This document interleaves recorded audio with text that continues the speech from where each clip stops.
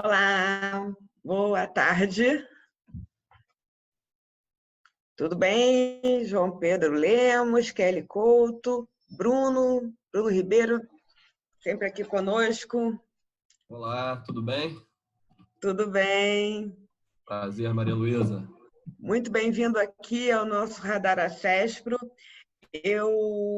Essa pandemia passa tão rápido e tanta coisa acontecendo, né? Lamentamos as mortes sempre, estamos lutando aqui pela manutenção da economia, pelas nossas vidas. Mas eu me surpreendi agora porque resolvi contar quantos radar Acespro nós já temos e temos 29 radar Acespro. É isso mesmo, Bruno? Ele ainda vai ter acesso, ele vai contar também, provavelmente. A última vez que eu fiz a conta, a gente estava chegando aos 20. Nossa, mas já estamos com 29. Eu contei também aqueles dois do Cities of Tomorrow, que não deixa de ser. Tudo bem, Kelly? Kelly Couto está aqui presente, é uma honra também recebê-la. Kelly, seu microfone está mutado, tá? Pouquinho. Nós gostamos sempre de começar no horário, sabendo que o público vai chegando aos poucos, mas o nosso programa é filmado, então, frequentemente, as pessoas vão lá no nosso canal e veem o iniciozinho, se perderam. Às vezes, gente que não chegou a tempo vê depois todo, então é sempre uma excelente oportunidade, fica gravado. Nós temos links direto, quando é no Zoom, às vezes a gente não abre o link, ou a gente não está com o link aberto, mas mesmo quando tem o link, a gente vê novamente lá no YouTube, tem sempre mais visualizações. Então, tem sempre gente vendo em outros horários, é maravilhoso. O bom da tecnologia é essa parte, né? Não é isso? A tecnologia tem inúmeras vantagens. Uma delas foi conhecer você. Não é verdade? Prazer enorme, Maria Luísa. Aqui... Prazer enorme.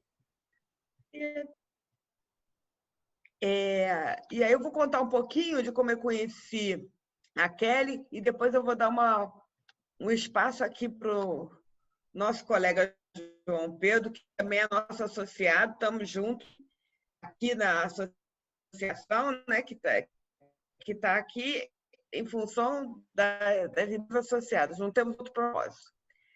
E tudo começou quando eu conheci a revista Capital Econômico, muito interessante, com muito conteúdo relevante, atualizado. E aí a gente, pelos meios das mídias sociais, das redes sociais, encontrei a Kelly. Não é verdade? Uma outra com a outra, batemos um papo, vamos conversar. E você está aqui para contar um pouco mais dessa história. Eu sempre me preocupei muito que a gente tenha mais jornais, principalmente jornais que estejam no Rio de Janeiro. Eu sei que o seu jornal não fala do Rio de Janeiro somente, fala de vários lugares. Mas o fato de estar no Rio de Janeiro mostra que algumas coisas que acontecem aqui vão aparecer. Como a gente aqui no Rio de Janeiro é centro de uma série de jornais importantes no Brasil, raramente a pauta desses jornais é local.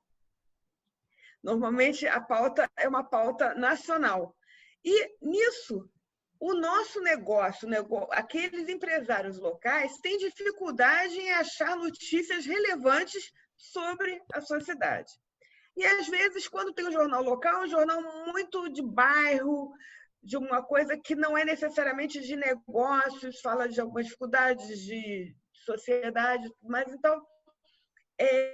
eu sempre achei que a gente tem que fortalecer com bons jornais, com jornais de qualidade. E a presença, o seu jornal me deixou bastante satisfeita. Eu queria dar uma palavrinha aqui para o João Pedro. Entrou. Fiquei preocupada que você tinha sumido aqui rapidamente. Deixa eu dar um espaço aqui para ele falar e depois a gente vai fazer aqui um bate-bola com a Kelly Couto, tá bom, Kelly?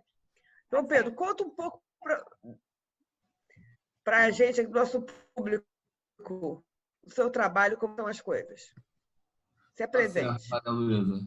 Obrigado pelo espaço aí. A CSP fica feliz em poder contribuir com a CESPRO, né, essa associação que é uma das maiores do Brasil, se não a maior, se não me engano, do nosso setor. E Bom, essa live é muito interessante porque a CSP ela vem tratando do marketing digital, das mídias sociais, com cada vez mais carinho. A gente vem reservando cada vez mais investimento e vem dobrando o investimento a cada ano que passa em mídias sociais. E acho que é um assunto que vai ser muito legal debater com vocês e estar presente aqui. Sobre a CSP, basicamente, a gente é uma empresa de tecnologia que já tem 30 anos aí de história, mas a gente vive se reinventando. Então, é incrível como a gente vem mudando. E hoje, nesse contexto de pandemia, de transformação digital acelerada, no qual as empresas, de uma hora para outra, tiveram que correr, aquelas que não estavam preparadas para se prepararem para ter um ambiente de home office e tudo mais, a CSP ela é parceira de grandes empresas aí na transformação digital. A gente tem muito foco em, principalmente, BI, né? Então, fazer com que as empresas tomem melhores decisões baseadas em dados. A gente é parceiro Gold da Microsoft, então mexe lá com o Power BI, que a grande maioria das empresas hoje deve estar utilizando. Além de SharePoint, a gente faz portais intranet, que são muito interessantes para comunicação mais unificada da empresa. E agora a gente está trabalhando com LGPD, que vem aí, né, no sentido de melhorar. Vai ser um impacto grande para as empresas, todo mundo vai precisar se adaptar. Então, a gente está aí com essa frente também para ajudar as empresas nisso. E também diversas tecnologias de desenvolvimento de sistema. A gente atua, tem um portfólio bem completo de atuação, Java, enfim, React, muitas coisas. Salesforce e Gira são dois focos também nossos para agora, metodologias ágeis de gestão de projetos. Enfim, esse é um overviewzão da empresa e é basicamente isso. Vamos lá. Eu estive lá na CSP não chega a 2 anos, mas aproximadamente 2 anos, está na hora de voltar. Quando acabar a pandemia, eu faço uma visita para vocês. Por favor, vai ser muito bem-vinda. Obrigada. Kelly, me conta a sua história. Se apresente, por favor, ao público e me conte um pouco como é que foi essa sua iniciativa, o que você fez, como é que é o seu trabalho. Olha, eu vou pular a parte da minha história, porque ela é um pouquinho longa. É mesmo? Mas eu vou tentar resumir. Tudo começou, eu sou formada em letras, né?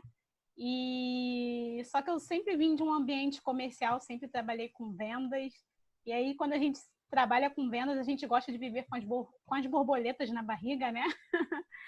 E aí eu peguei toda essa expertise em letras e vim para a área do jornalismo e atuei na parte de redação publicitária, com agências de marketing digital. O João fez um comentário aí que eu achei... Até ontem eu fiz uma reportagem com o Felipe Delacqua, da Vtex. Ele é VP lá da Vtex, né, na parte de vendas.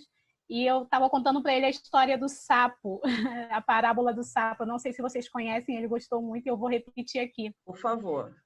A gente está vivendo esse momento de pandemia, vendo aí quem já estava na internet está já num ambiente, já está confortável, entre aspas, né? Agora as empresas que não estão tendo que se readequar, e aí entra a parábola do sapo. Se você pegar um sapo, colocar ele na panela com uma água muito quente, ele vai pular, obviamente. Agora, se você colocar o sapo, né, dentro de uma água fria, ligar o fogo, deixar a água esquentando, ele vai morrer, mas ele não vai pular da forma que se você for no primeiro impacto. Então, é meio que isso que está acontecendo. Eu sou, assim, eu não vou falar que é do brasileiro, não sei, vocês podem me dar um puxão de orelha, mas eu conheço muitas pessoas que preferem esperar mesmo a água quente para depois pular, né? E aí, desde lá atrás, eu já enxergava o marketing digital como um excelente campo para a minha área. E aí eu falei, não, eu não quero ficar só no marketing digital, eu quero conhecer todos os setores, todas as possibilidades e cenários. Então, desde o banco da escola mesmo até a parte de imprensa. Então, eu fui passando por todos os setores. Dei aula de língua portuguesa, dei muita aula de redação para concurso.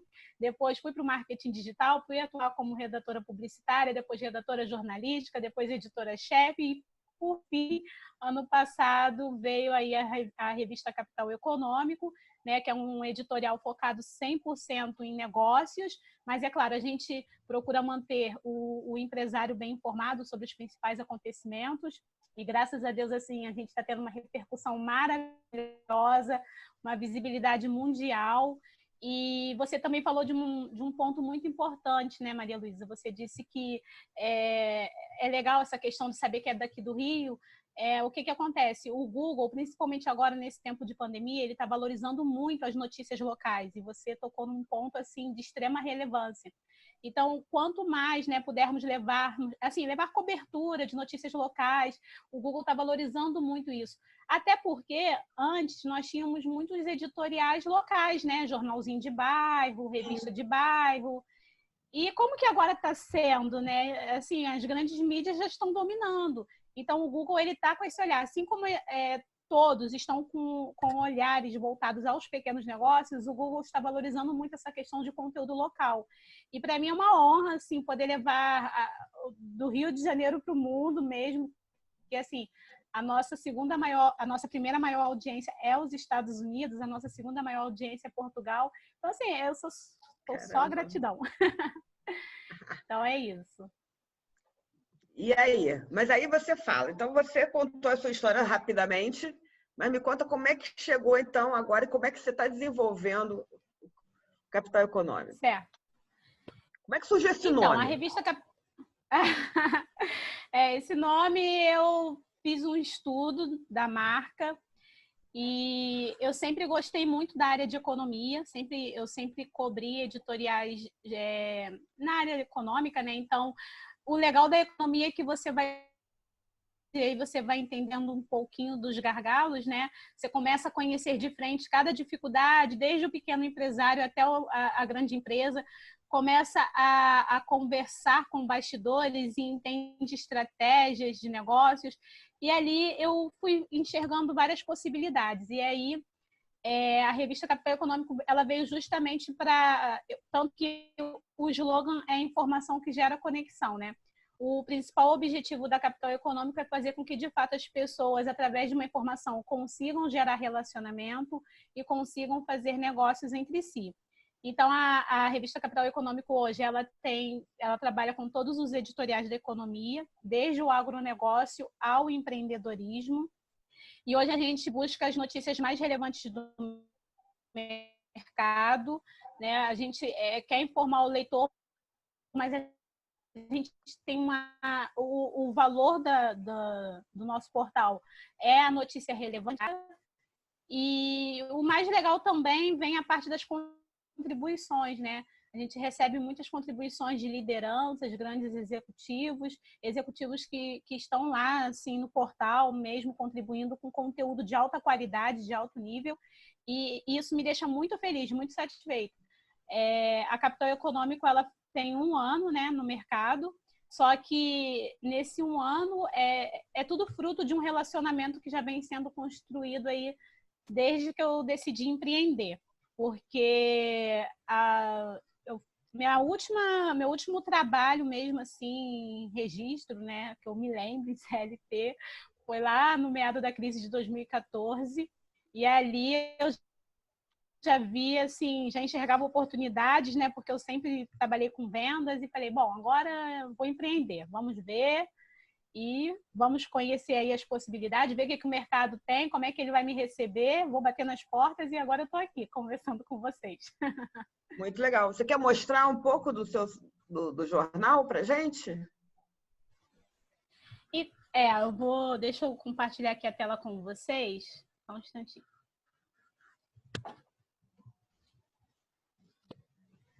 Kelly, o jornal começou então há 5 anos atrás só? E já conseguiu toda essa projeção? A revista Capital Econômico ela está no ar há 1 ano. É revista, né, que é uma revista B2B, focada em economia e negócios. Mas aí ela já vem dessa construção de relacionamento desde 2014. Só falando aqui, contando rapidamente como é que foi a minha história, como tudo começou, né? Para quem não me conhece, eu sou nascida e criada na Baixada Fluminense, nasci em Nova Iguaçu, num subbairro bem lá nos cantinhos de Nova Iguaçu, que é Austin. Não sei se vocês já ouviram falar. Todo mundo já ouviu falar, né? Mas algumas pessoas falam, nasci em Nova Iguaçu, sou criada no bairro de Austin. Onde tá Austin? Eu comecei bem cedo, né? Hoje eu tô com 36 anos, mas eu comecei a trabalhar bem novinha. O meu primeiro registro em carteira, obviamente, foi aos 18 anos, mas eu já trabalhava desde os 16, né, como secretária. E trabalhei como operadora de telemarketing. Então, comecei como operadora de telemarketing na parte de vendas. Eu era aquela pessoa que ficava ligando, te oferecendo todos os produtos possíveis, e enquanto você não aceitava, não desligava o telefone. Isso a vida, hein, cara? Complicado. E aí eu pegava 6 horas da manhã no centro da cidade, né? Então eu saía de Austin, eu pegava o primeiro trem, Japeri, famoso ramal Japeri, bem cheio, e acordava às 3h30 da manhã, porque eu pegava bem cedo, né? E assim, eu venho de uma família muito humilde. Na minha família só eu que tenho o nível superior, né? A minha mãe, ela tem até a antiga 4ª série, que hoje é o 5º ano, né? Do primeiro, o 5º ano. Então, assim, eu nunca tive uma origem, uma base, né, para falar assim, meu Deus, a quem que eu vou, né, ter como referência para estudar. Mas tudo que eu olhava, eu falava, eu não quero mais viver essa vida, não. Eu quero progredir, quero estudar. E só que, assim, hoje em dia, as pessoas que me seguem, as pessoas às quais eu converso, eu falo muito isso. Porque eu vejo muitas pessoas falando assim, mas eu não tenho oportunidade, eu não tenho como... Eu vejo fulano conseguindo porque teve oportunidade. Eu falo, gente, não adianta reclamar, a oportunidade somos nós quem fazemos. E, assim, eu olhei e falei, eu não quero mais viver assim e não vou viver assim. Então, eu fui criada primeiro pela minha avó. Daí a minha avó faleceu, eu já ia fazer 14 anos, e dos 14 anos em diante eu fui morar com a minha mãe. Então morava eu, minha mãe e meus 2 irmãos. Minha mãe passava muita dificuldade, porque era mãe solteira, né, e não tinha também uma formação. E aí eu queria trabalhar naquela ansiedade de ajudá-la. Como eu sou a irmã mais velha, né, então consegui meu primeiro emprego como operadora de telemarketing, mas eu sempre fui uma pessoa também muito voltada assim, a fazer cursos, a correr atrás da educação. Então, graças a vários projetos de ONG, né, eu fui conseguindo fazer cursos profissionalizantes, e aí começou toda a minha trajetória, né? Trabalhei em companhia de empresa voltada para o segmento de telefonia, depois para segmento bancário, e ali eu fui me desenvolvendo, fui desenvolvendo a carreira, fui buscando possibilidades de estudo, fiz curso pré-vestibular comunitário, fiz muitos cursinhos, né, comunitário, e aí a partir daí eu consegui a minha primeira aprovação na universidade. Eu consegui, na época que eu havia passado no vestibular, eu tinha conseguido tanto passar no curso, né, na faculdade, na época na Rural, e tinha também conseguido passar para um curso técnico. E aí eu pensei assim, bom, o curso técnico ele vai me dar uma possibilidade de me trazer retorno mais rápido, eu consegui melhorar o meu salário, e mais para frente eu vou fazer uma faculdade na área que eu realmente quero atuar. Eu sempre gostei muito dessa área de humanas e letras. Letras sempre esteve no meu radar. Ou era letras ou era jornalismo. E aí eu optei pelo curso técnico, né? Estudei no Cefet Química, e aí eu estudava em Caxias. Então a minha rotina era sair. Aí depois de um tempo, meu horário mudou e tudo mais. Então minha rotina era, eu saía de Nova Iguaçu, Austin, né? Ia para o centro trabalhar, do centro eu ia para Caxias, e de Caxias eu voltava para Austin. Então era essa correria. Depois, mais para frente, eu consegui uma bolsa para fazer o curso de letras na universidade privada, e fiz o meu curso de letras. Quando eu acabei, aí eu já na faculdade, no dia da formatura, eu já tinha recebido a aprovação da pós-graduação na UF. Aí fui para a UF fazer pós-graduação em língua portuguesa. Eu sou aquela pessoa chata com vírgula, com os pontinhos, com tudo. E foi aí que eu fui começando então assim, foi aí que eu fui começando a enxergar várias possibilidades, né, com a minha formação dentro do marketing digital, que foi onde eu me apaixonei e me encantei. E eu falei, é isso que eu quero fazer para toda a vida. Aí eu comecei a estudar muito sobre o Google e até que no ano passado, no fim do ano passado, eu consegui uma bolsa para fazer mestrado pela Universidade de Barcelona, né? Então, agora eu estou fazendo pós-graduação em empreendedorismo e inovação pela ENEB, né, Escola de Negócios de Barcelona. Confesso que está uma loucura, né, conseguir conciliar o negócio com o mestrado, não está fácil. E tô aí. E nesse meio tempo, nessa correria toda, que foi o meu último emprego foi em 2014, na época que chegou essa crise toda, foi quando eu decidi empreender na área de marketing digital como redatora publicitária, prestar serviços para várias assessorias. Cresci muito, aprendi muito e minha última passagem em grandes editoriais foi com a revista Economia S.A., e foi no portal de notícias Finance One, que na verdade ele não é nem um portal de notícias, né? É um portal voltado para finanças pessoais, educação financeira, mas é um grande portal, é um portal com mais de 500 mil de usuários por mês, né? Ele tem uma grande visibilidade, e lá eu já gerenciava a equipe de comunicação. Então, assim, eu sempre vivi muito esse universo, né? Esse universo de conteúdo digital. E hoje até falar um pouquinho sobre as tendências de conteúdo digital Eu gostaria de perguntar para vocês exatamente isso. Deixa eu contar um contexto aqui nosso. A ACESP, como uma associação de empresas, estamos sempre procurando crescer, mas crescer não há associação. As empresas que fazem parte da associação querem se unir para crescer, para ter mais projeção, cada vez mais, ainda que sejam empresas já bem consagradas, algumas estão crescendo, estão aparecendo, e a mídia social é sempre o caminho que todo mundo pensa, vamos investir em mídia social. Mas eu vejo que tem 2 pontos, né? Não basta investir, minha opinião, posso estar errada, vocês vão, por favor, me corrigir. Eu acho que não basta investir só em aparecer. Você tem que ter relevância, você tem que estar conectado, você tem que ter um contexto. E isso é uma coisa que é mais difícil de trabalhar, porque está ligado à realidade, do dia a dia, à experiência da empresa, e por isso até que é o jornal e a mídia social que compõem a formação da opinião da população e do consumidor. É isso mesmo? Como é que funciona? Você quer falar, João?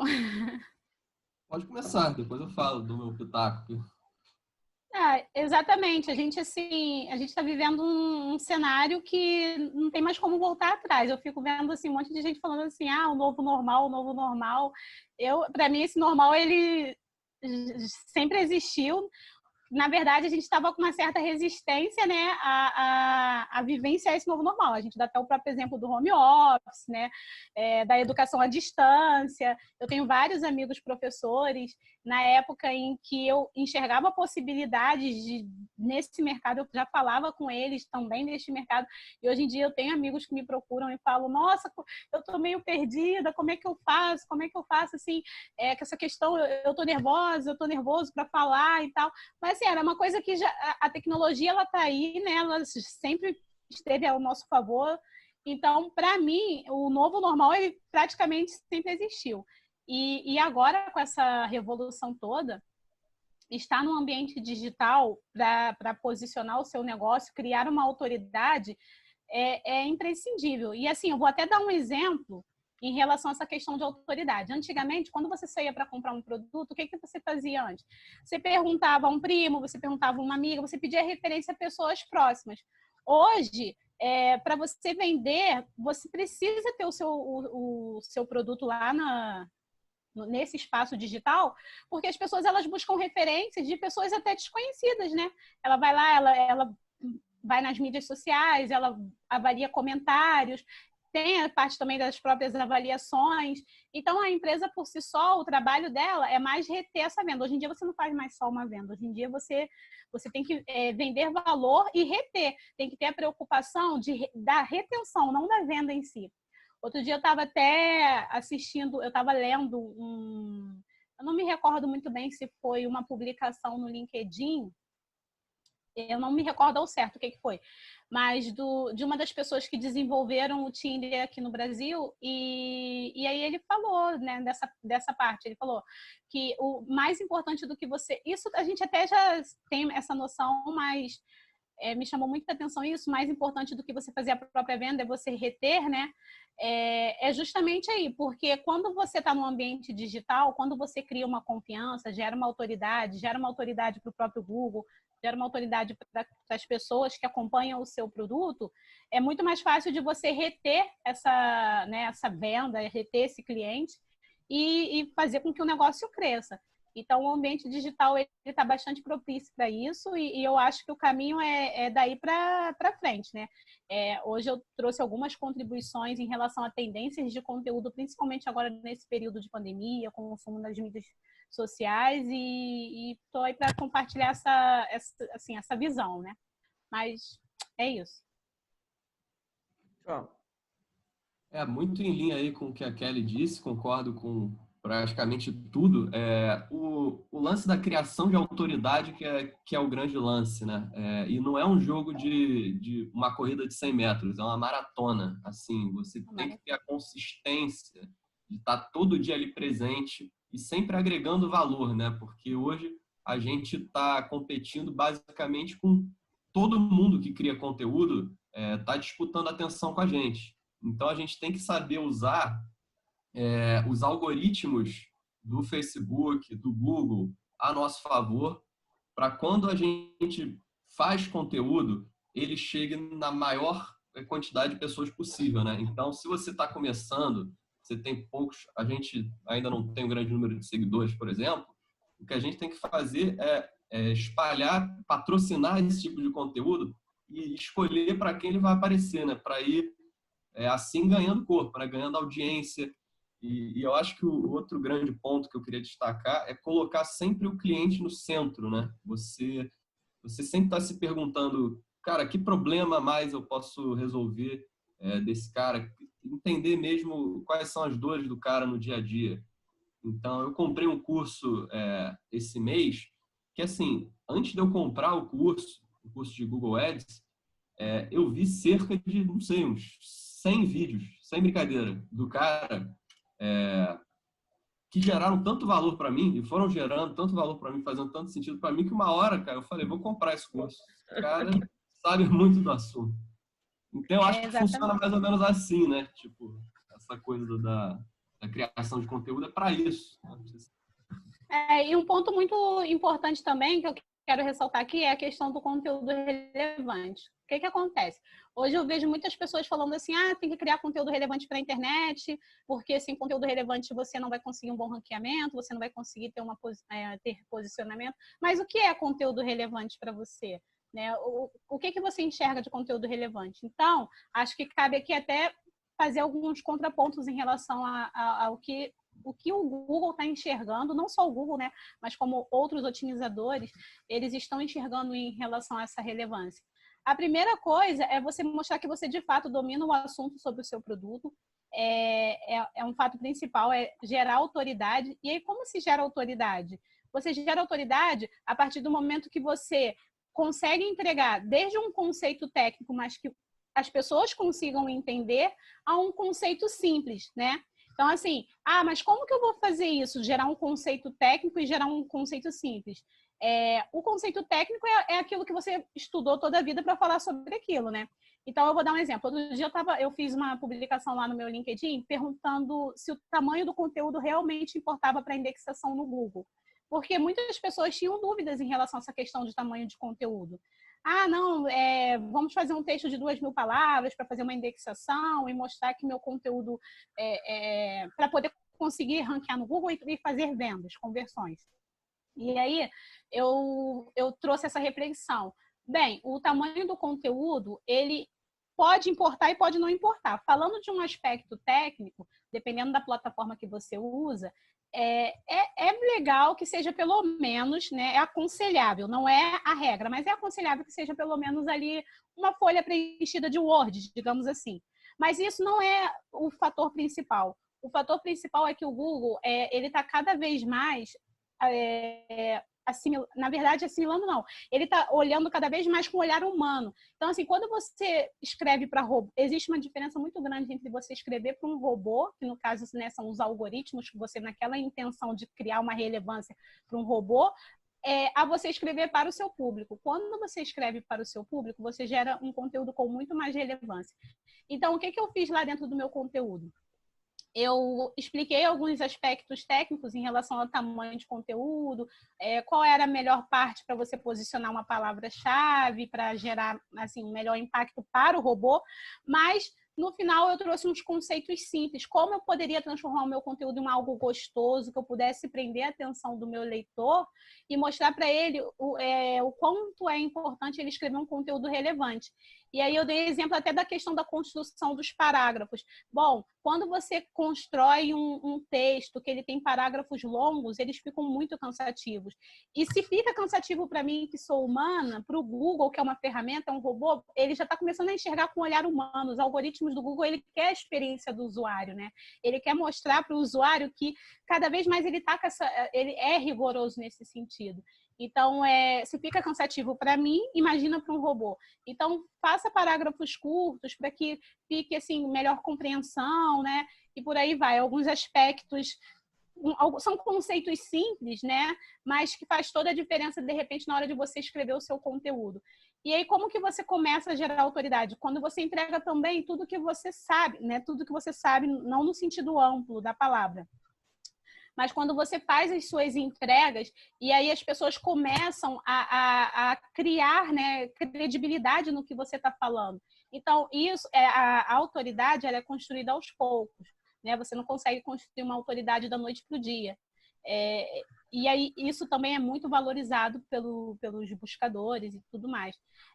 Até um exemplo legal também que eu costumo dar é a questão de conteúdos que você cria. Todos os conteúdos você tem aquele planejamento. Então, por exemplo, às vezes você está criando um conteúdo para vender um produto específico. E às vezes você está criando um conteúdo para vender um serviço. O conteúdo que você cria para você vender um produto, ele não pode ter a mesma pegada, o mesmo estilo de escrita para você fazer uma venda de um serviço. Porque, por exemplo, às vezes você tem um tipo de serviço, eu vou dar um próprio exemplo do compliance. Muito se fala sobre compliance, mas eu acho que poucos assim conseguem entender qual é a verdadeira importância do compliance para dentro de uma empresa. Está assim, em discussão aí agora essa questão vocês que são da área podem falar melhor do que eu, essa questão de segurança dos dados, né? Dados é agora o petróleo do momento e daqui a pouco eu acredito que assim vai vir uma lei bem rigorosa em relação a isso, e isso tem a ver também com compliance. Só que o compliance é um conceito muito amplo. E aí, qual é a melhor parte? A melhor parte é você educar o seu público em relação a essa questão de ética, de compliance, de trabalhar em conjunto. E é muito diferente de eu escrever para um produto, de eu tentar vender uma roupa de moda, vender moda, vender acessórios, é bem diferente. Até porque os próprios otimizadores, eles já estão bem inteligentes em relação a isso. Faça você mesmo um teste. Quando você coloca lá assim o Google, coloca só uma palavra-chave relacionada a um produto, chapéu para festa junina. O próprio Google ele vai te direcionar para um site de compras, para uma loja virtual, né? E quando você pergunta o que é compliance, por que a gente tem que ter compliance numa empresa, ele vai te direcionar para sites educativos, para blog educativo. O Google vai entender, né, que você está querendo se informar e não comprar compliance naquele momento. Então, aí que é o momento de você gerar relevância, gerar autoridade, mostrar, né, que sabe, que entende do assunto, para só então depois conseguir seduzir esse leitor. A primeira jogada é você demonstrar conhecimento e ir ao encontro daquele que procura conhecimento, né? Então, você vai lá, ele te encontra dali e dali você traz ele para comprar o seu serviço ou o seu produto. Exatamente. Vamos fazer assim, eu fazendo uma rápida analogia. Eu costumo dar o exemplo da 25 de março, embora seja carioca. Mas acho que assim, há quem não conheça, pelo menos quem nunca conheceu pessoalmente, mas Mas já ouviu falar, exatamente. Ou então, quando tem alguma reportagem, está lá falando da 25 de março. Então, eu vou dar um exemplo em relação... Eu estou falando, gente, assim, existem vários buscadores, né?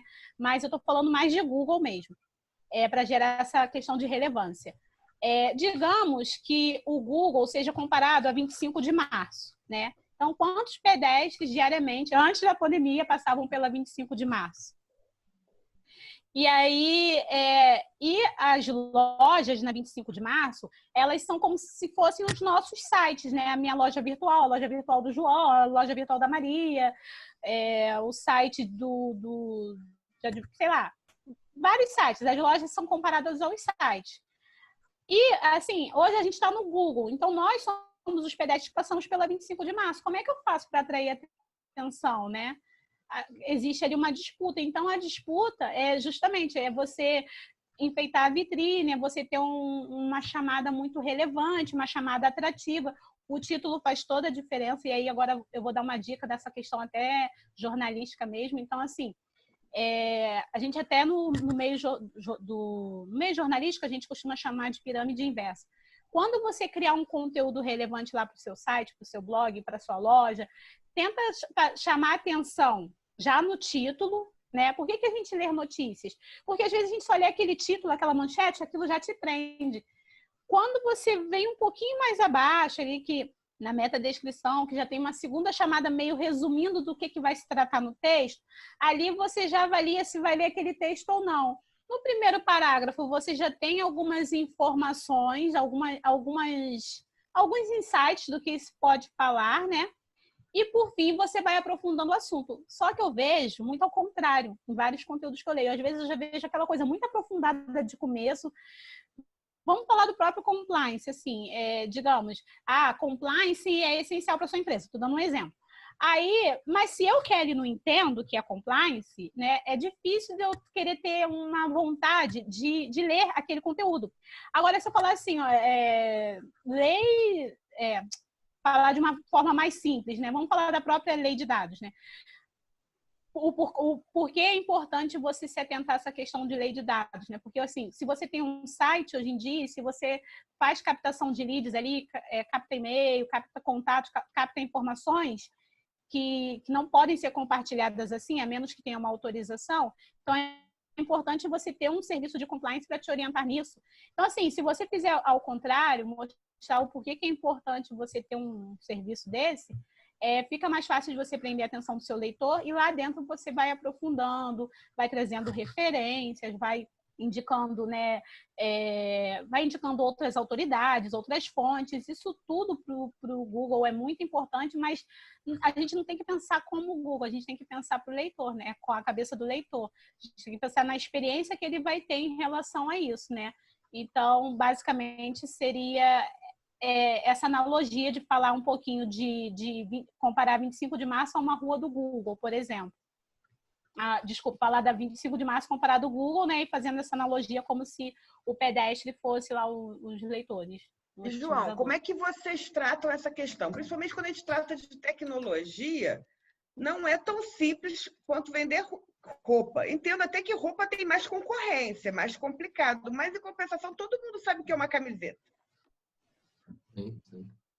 Para a gente que vende um produto complexo, um serviço, perdão, isso que a Kelly ressaltou de criar valor em conteúdos é muito importante para quem não está no momento de compra. Então, a gente pensa no marketing como um funil, né? Igual tem funil de venda, tem funil de marketing. Então, quem está lá no topo do funil é o cara que não está no momento de compra. Ele tem um problema, né? Ele tem uma dor lá e, assim, ele não sabe qual produto, qual serviço vai resolver essa dor, ele só sabe que tem a dor. Então, nessa hora, para você escrever um post de blog sobre como ele resolver essa dor específica, então é legal que as pessoas, os especialistas, eles falam para você dar pequenas vitórias para o seu leitor ou espectador. Então, não faz uma coisa muito abrangente, faz uma dor específica, né? Então, como criar para mim, né, na CSP, como criar um dashboard BI gerencial, DRE, enfim, de forma simples, uma coisa assim, pá. E aí você escolher qual forma de apresentar esse conteúdo seja melhor. A Kelly abordou a parte de artigo, mas por que não criar um vídeo? Por que não criar um webinar? Exatamente. Por que não criar... Enfim, o formato de conteúdo ele varia conforme a sua audiência também. Então, pensando isso em topo de funil, né? E aí você vai descendo, os argumentos vão mudando, você vai dando... começa a dar dados de como o Power BI pode melhorar a sua tomada de decisão, assim assado. E lá, quando vai chegando no fundo de funil, aí o cara já sabe mais ou menos o que ele quer, já sabe exatamente, e já está mais uma pesquisa de preço ali, de fornecedores. E aí que entra a parte de você ter um site fácil da pessoa entrar em contato, e aí ter o time de vendas que desenrola ali, dali para frente, né? E assim, você até falou num ponto muito importante, João, essa questão de diversificar também os conteúdos. Eu dei aqui exemplo de publicação de texto porque é o mais, né, comum em relação a primeira pessoa que as pessoas pensam, a primeira coisa que vem à mente, né, de tentar fazer uma captação por site é produzir conteúdo em massa para blog, então eu sempre costumo dar esses exemplos. Mas é simplesmente isso, é você aproveitar todos os canais. E assim, eu não sei aqui, né, o quanto as pessoas estão informadas em relação a essa questão de diversificação mesmo, então, de buscadores. O YouTube se tornou não, né? É uma ferramenta de busca, então, quando você cria um vídeo e faz um casamento com uma chamada muito relevante lá na descrição do seu vídeo, isso te ajuda a criar visibilidade e fazer uma captação melhor. Quando você também faz toda uma estratégia na parte de compras, no site de compras, porque nós já temos sites que já praticamente se tornaram buscadores, tipo o Mercado Livre, você já entra no Mercado Livre procurando um produto, Amazon e por aí vai. Os blogs que justamente, João, você tem um serviço que é muito específico, que é tecnologia, e é o que você falou, né? A questão do funil de vendas. Se não tiver no radar dele aquela questão de precisar fazer essa compra, você precisa seduzi-lo de alguma forma, você precisa primeiro entregar valor, né? E quando a gente entrega valor, automaticamente o lucro vem, porque existe uma diferença muito grande entre lucro e valor, né? E quando você tem um valor de negócio, um valor de mercado, você consegue ter toda diferença, né? Você consegue precificar de uma forma diferente, você consegue se posicionar de uma forma diferente. É isso que eu vejo acontecendo. Como eu vivencio, eu respiro, né? Eu passeio diariamente entre grandes marcas ao pequeno negócio, eu consigo enxergar essa diferença, né? Eu vou dar um exemplo falando assim de ferramentas. Se você vai falar assim, vamos jogar no GPS para a gente poder ir na casa de não sei quem. Qual é a ferramenta que você vai usar? Qual é o primeiro aplicativo que vem à mente, né? É o Waze, o primeiro aplicativo. Pode ser que pessoas utilizem outros, mas assim, são marcas que acabam criando valor de mercado, né? Quando se pensa numa bebida, num fim de semana com a família. E aí, essa marca surgiu através da mídia social ou através da informação do jornal? Quer dizer, até que ponto você tem que ouvir a marca da mídia social e depois você tem que ouvir também de uma notícia, de um jornal, de um comentário, uma coisa que você sabe que não está vendendo. Quer dizer, você tem que ouvir o que está vendendo para ter certeza que está vendendo, para você ir lá procurar. E o outro, você também tem que ouvir de uma referência para você confiar, não? Muito legal você... Pode falar, já. Então deixa eu só pegar um gancho aqui. Eu achei muito legal você falar isso. Outro dia também eu fiz uma postagem falando sobre diferentes formas de comunicação. Cada uma não anula a outra e cada uma tem o seu peso. E pelo fato de cada uma ter o seu peso, vai depender muito das suas escolhas. Se você puder abraçar todas, é maravilhoso. Mas eu vou trazer aqui um exemplo de cada uma. Quando você faz marketing digital nas mídias sociais, você está tendo uma oportunidade de se aproximar diretamente com o seu público, né? Quando você vai para a imprensa, você está gerando uma autoridade sobre o seu produto. Então, ali, embora você tenha aproximação com o seu público, quando ele enxerga você na imprensa, ele enxerga uma autoridade. Quando você investe em plataformas como o Google, plataformas, né, nos sites de pesquisa, você ali está mostrando a sua marca. Então, ali você está criando visibilidade. Então, cada formato de comunicação, ele vai fazer uma atração de uma forma diferente. Uma anula a outra? Não, não anula. Pelo contrário, uma fortalece a outra. Por isso que as grandes marcas, elas conseguem se posicionar cada vez mais. Por quê? Você vai ler uma notícia. O que é mais fácil você comprar um carro? Por exemplo, compre um carro híbrido. Não, vou dar um exemplo do carro automático. Compre um carro automático ou compre marca tal, desenvolver um carro que é capaz de fazer A, B e C. Aquilo ali já é muito mais relevante em relação à questão de autoridade, entende?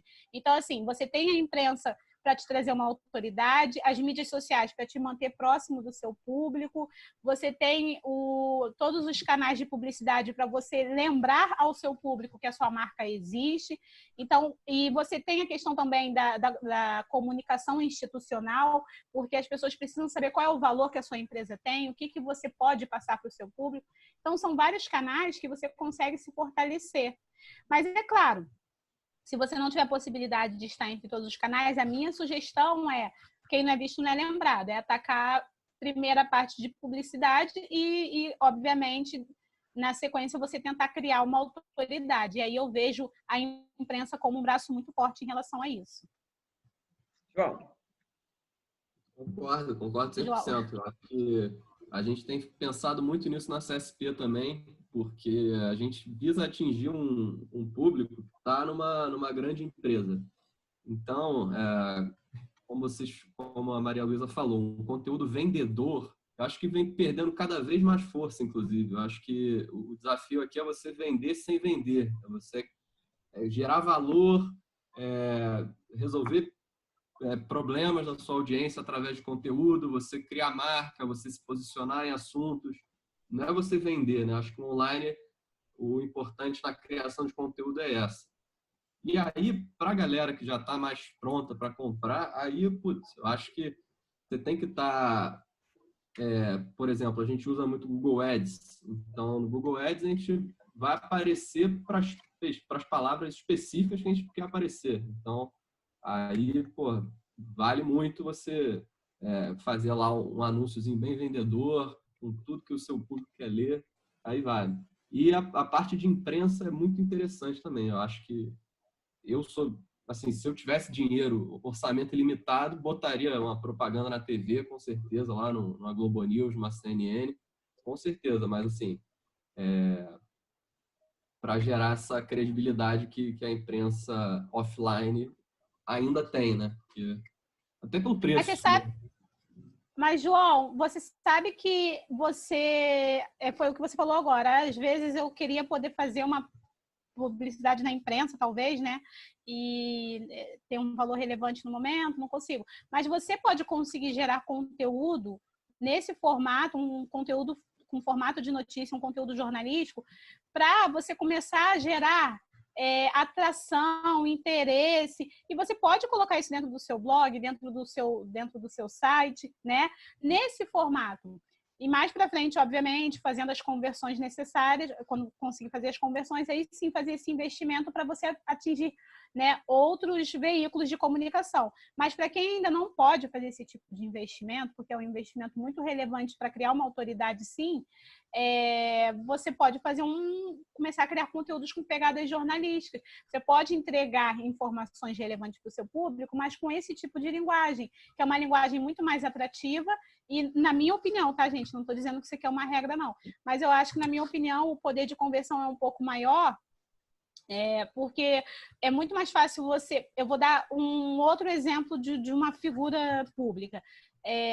O Dr. Drauzio Varella, né?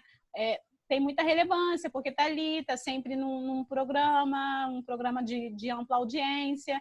Então, às vezes, o mesmo médico especialista que ele, que tenha, de repente, até estudado com ele, né? Eu tenho colegas meus que estudaram comigo, que são, assim, até melhores do que eu, tá, gente? E assim, mas às vezes eu consigo converter muito mais justamente por conta da autoridade, da visibilidade, de estar sempre ali. O famoso quem não é visto não é lembrado. Então, trazendo o exemplo do Dr. Drauzio, quanto que, né, deve ser a diferença em relação ao valor de uma consulta, né, dele com o mesmo especialista? Porque justamente você já vai acabando criando uma autoridade, uma visibilidade no mercado, que por si só você já se vende, a marca por si só ela se vende, você não precisa mais fazer venda, né? É um processo muito orgânico, é um processo Mas totalmente é difícil, inverso. né? O objetivo, o santo graal isso aí, né? Então, o que acontece? Para você fazer esse tipo de construção de autoridade na imprensa, não é difícil.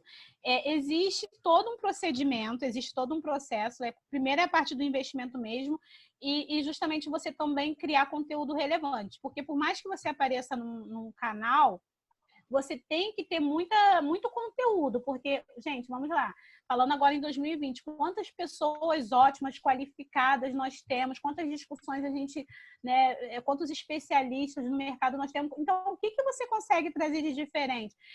A imprensa, ela vai olhar com esse viés. Quem é esse cara? Eu quero saber quem é o João, quem é a Maria, por que eu tenho que ouvir o João ou a Maria e não ouvir o A ou B? Então, aí vai depender de um esforço em conjunto, um esforço integrado. Não é difícil, é um processo moroso. Enquanto esse processo ele vai se construindo, você vai atacando outras frentes, que é a frente justamente de marketing digital, mídias sociais para estar ali perto do seu público, a questão de publicidade patrocinada no Google e nos outros buscadores e por aí vai. Mas a imprensa não é tão difícil quanto parece ser. É um trabalho muito em conjunto. Depende do objetivo, né, Kelly? Exato. A gente já está no final da nossa live, que ela é de 1 hora. E aí eu queria que vocês mandassem um recado para fechar esse painel. Um recado para os nossos associados, para o nosso público.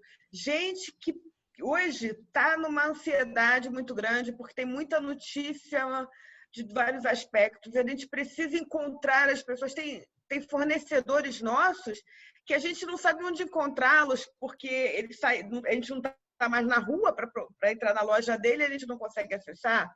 Mas também nós temos o potencial de falar com gente de outro continente, como você, que diz que é vista nos Estados Unidos, é vista em Portugal. Então, a gente também quer chegar e atravessar os mares. Então, qual o recado que você dá para essa gente que é cheia de vontades?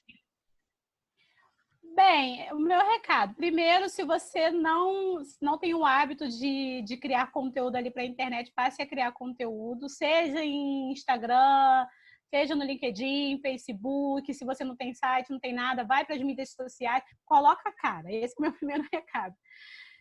O segundo recado é buscar parcerias estratégicas, é buscar aí, somar forças no mercado. Quem que você pode recorrer? Se hoje você não pode estar numa grande mídia, não pode estar num grande veículo, existe algum veículo de comunicação que eu consiga enxergar alguma possibilidade nessa parte mesmo de imprensa e não necessariamente de publicidade? E a Capital Econômico, ela tem essa frente também. A gente tem um olhar muito grande, desde assim, para o pequeno empreendedor, as grandes marcas.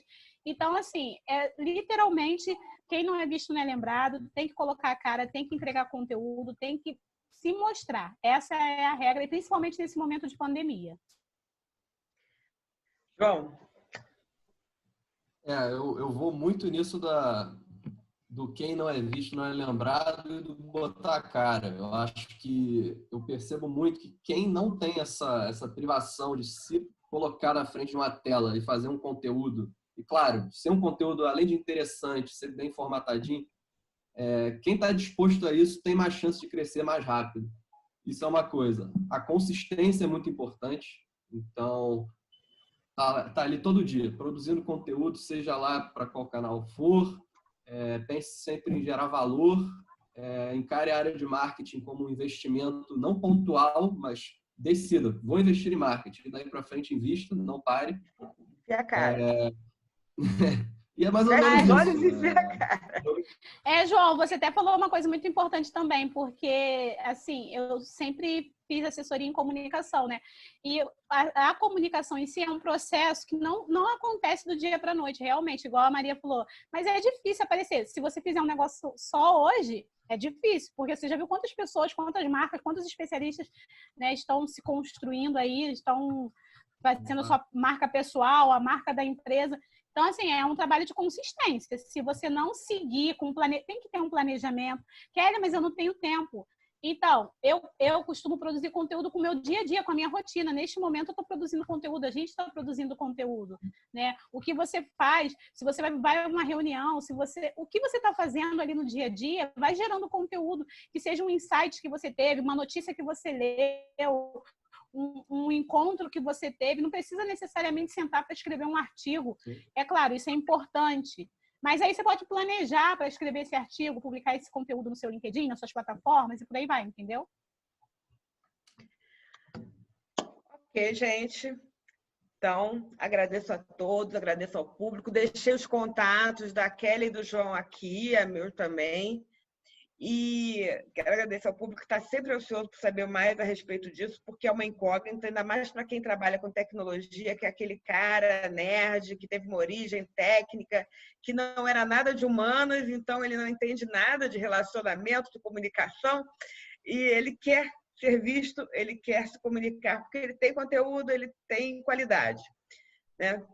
E vocês vejam a revista... Revista Capital Econômico. No começo Capital eu ia fazer aqui... eu vou colocar aqui no chat o link da revista, porque eu ia compartilhar. Eu ia compartilhar aqui com vocês, mas a gente já entrou numa discussão, nós entramos numa discussão tão gostosa que acabou não dando tempo. O link está aqui. Tá aí já? Coloquei. Ô, Luísa, deixa eu só pegar um ganchinho rapidinho do que você falou, dessa questão do próprio profissional de tecnologia. Gente, assim, tecnologia é um casamento com a área de comunicação e conteúdo. Se eu invisto em comunicação, mas não invisto em tecnologia, eu não vou conseguir um bom ranqueamento, eu não vou conseguir visibilidade. A questão de um site seguro, a questão de ter sites apontando para o seu site, famoso backlink, é um casamento total. E também é o contrário, se a tecnologia ela tem um site seguro, ela tem todas as técnicas para fazer um ranqueamento lá no Google, mas não tem um conteúdo com as técnicas, né, necessárias, também não consegue. Então, realmente, precisa desse casamento. Bacana. E, então, estamos finalizando. Gostaria de convidar vocês para o próximo terça-feira, que hoje é quinta, né? Próxima terça-feira teremos a Geisa Rocha, que é do Fórum de Desenvolvimento da Alerj, uma pessoa muito ativa, uma pessoa que tem muito conteúdo, mas que faz questão de se reunir com pessoas que têm conteúdo para contribuir para o Rio de Janeiro e para o desenvolvimento de trabalho econômico e tudo mais. Então, é uma reunião imperdível na terça que vem, tá? Conto com vocês dois e com todo mundo que está aqui também. Que ótimo, com certeza. Então, tá certo, gente. Agradeço a todos. Obrigada pelo convite. Uma boa noite a todos. Boa noite. Vai estar gravado depois. Tá bom. Tchau, tchau.